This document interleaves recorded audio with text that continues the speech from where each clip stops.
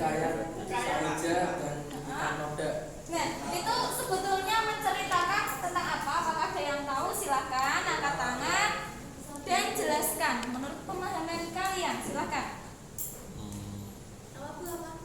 Yang diceritakan apa di situ? Orang datuk yang sakti mandraguna sedang bertapa di tengah laut. Silakan Yusuf angkat tangan yang keras suaranya. Oke, silakan. Bermula ada seorang datuk yang sakti mandraguna sedang bertapa di tengah laut. Oke. Ya, oke sip. Berarti dari setelah kalian membaca, nah berarti hari ini kita akan belajar tentang apa? Apakah ada yang tahu? Dia silakan. Hikayat Farel. Bahasa Indonesia. Bahasa Indonesia sudah pasti betul. Nah, materinya apa nah Farel? Hikayat itu apa artinya berarti? Cerita rakyat. Nah, oke, hari ini kita akan belajar mengenai cerita rakyat. Oke, sebelumnya apakah ada yang tahu cerita rakyat itu apa? Oke, silahkan dia. Cerita rakyat adalah bentuk cerita yang telah terjadi di masa lampau. Di masa lampau. Nah, yang lain, masa lampau berarti terjadinya kapan? Pada masa sebelum Majapahit. Mengapa Yusuf bisa mengatakan sebelum Majapahit? Apakah berhubungan dengan kerajaan-kerajaan? Ya, nah, salah satu contoh cerita rakyat apa yang Yusuf ketahui? Timun Mas. Menceritakan kisah apa? Tentang seorang pahlawan kondang. Ya.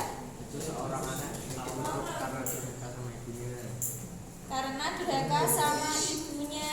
Nah, kan berarti dari cerita ini tadi terjadinya kapan peristiwa itu?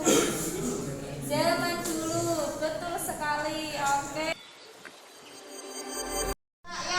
Berarti tadi dari cerita rakyat terjadi pada kapan? Masa lampau. Betul sekali. Biasanya kalian pernah mendengar atau membaca sebuah cerita rakyat pada media apa? Buku, HP, cerita rakyat, kok novel, TV, stasiun TV apa yang biasanya menceritakan cerita rakyat? MNCT, kemudian Antv, selanjutnya Trans 7. Oke, berarti kalian sudah pernah mengenal yang namanya cerita rakyat ya. Nah, berarti dari tujuan cerita rakyat untuk apa? Sebagai sarana hiburan. Oke, silakan tujuannya tadi sebagai sarana untuk menghibur. Kemudian ada apa lagi tujuannya? Sebagai sarana edukasi. Edukasi untuk pendidikan. Nah, silakan Aslam berikan contoh kepada Bu Ika mengapa cerita rakyat bisa sebagai sarana edukasi pendidikan. Karena di dalam cerita rakyat terkandung nilai-nilai yang dapat diambil hikmahnya. Dapat diambil hikmahnya. Contohnya apa Aslam?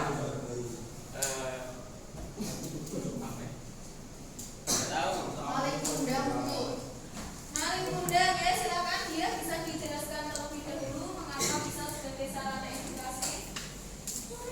Maling kundang durhaka kepada ibunya. Pesan yang dapat diambil, kita sebagai anak tidak boleh durhaka kepada orang tua. Sekali tidak boleh durhaka kepada orang tua. Berikan atas dulu sama.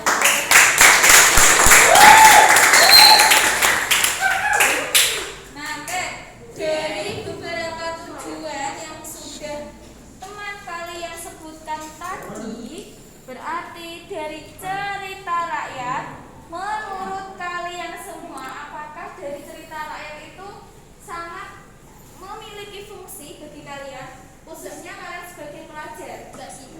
Kenapa enggak? Yang penting, berarti dari cerita rakyat tidak ada hikmahnya kah yang dapat diambil? Ada. Tapi fotonya sudah. Tapi Tapi kenapa Yusuf? Oke. Cerita rakyat sudah pasti akan ada yang namanya unsur pembangun. Nah, dari unsur-unsur pembangun itu ada dua. Siapa yang tahu? Silakan dia. Unsur apa saja, Nak? Satu, intrinsik atau adalah unsur cerita rakyat yang berasal dari dalam cerita itu sendiri. Dua, ekstrinsik adalah unsur cerita rakyat yang berasal dari luar cerita itu sendiri. Oke, disimak dulu nanti ini. Dari beberapa unsur intrinsik yang tadi Bu Ika berikan, jelaskan. Silakan kalian tugasnya mencari unsur-unsur intrinsik dari judul cerita rakyat, hikayat, saijen, dan ikan toda. Silakan dikerjakan di buku tugas masing-masing. Boleh dari kalian satu meja berdiskusi. Silakan dikerjakan. Jika ada yang dibingungkan, silakan ditanyakan. Bisa dipahami? Ya. Oke, silakan. Selamat mengerjakan.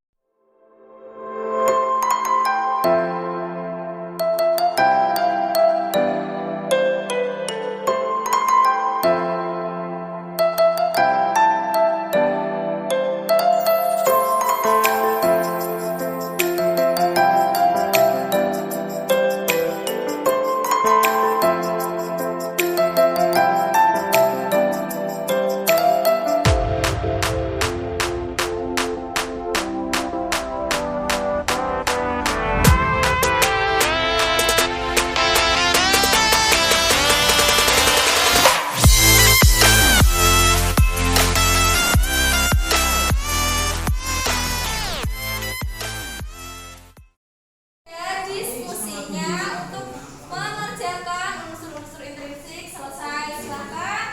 Siapa yang mau maju mempresentasikan hasil dari mengerjakan unsur-unsur intrinsik? Oke, silakan maju ke depan. Nanti perkenalkan diri kalian, baru kalian menjelaskan hasilnya seperti apa. Oke.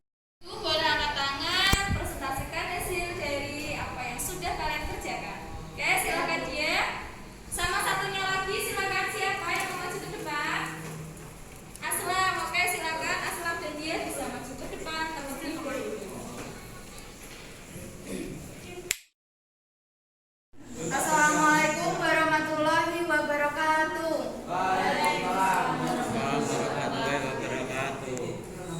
Perkenalkan, nama saya Diah Ayu Kalimatul Kasana.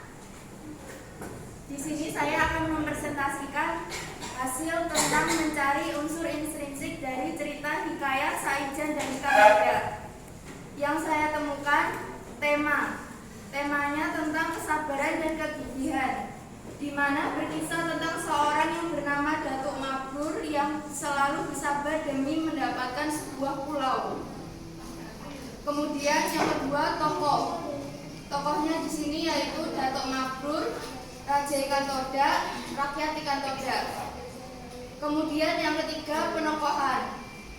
Datuk Mabrur termasuk protagonis karena sabar dalam menghadapi gangguan ikan toda.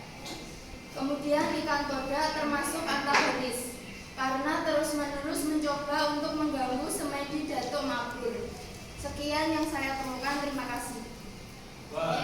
Silakan Dania dari Aswa, apa yang tadi sudah ditemukan bisa dipresentasikan. Terus langsung di sini. Iya. Langsung perkenalan? Iya. Apa-apa. Yang saya temukan alur, latar, dan amanah.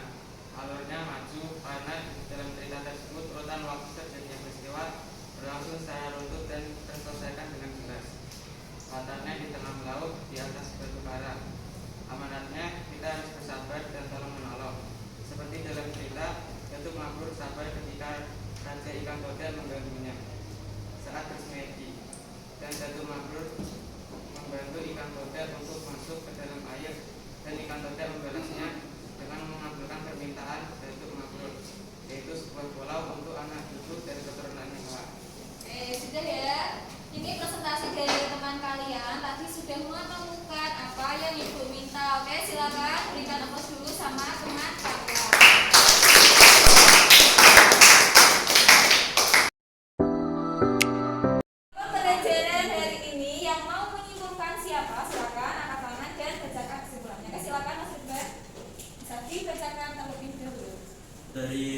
Dan pembelajaran hari ini dapat disimpulkan bahwa cerita rakyat merupakan salah satu jenis karya sastra yang harus dilestarikan. Cerita rakyat memiliki unsur pembangunan, yaitu unsur listrik sama ekstrisik. Listrik yaitu unsur cerita rakyat yang berasal dari dalam cerita itu sendiri. Ekstrisik yaitu unsur cerita rakyat yang berasal dari luar cerita itu sendiri. Dan cerita rakyat memiliki tujuan untuk menghibur, sarana edukasi, dan menjadi pemahaman dapat bertambah. Oke, sudah ya untuk pembelajaran hari ini terkait cerita rakyat. Sampai bertemu di pembelajaran berikutnya. Sekian dari Bu Ika.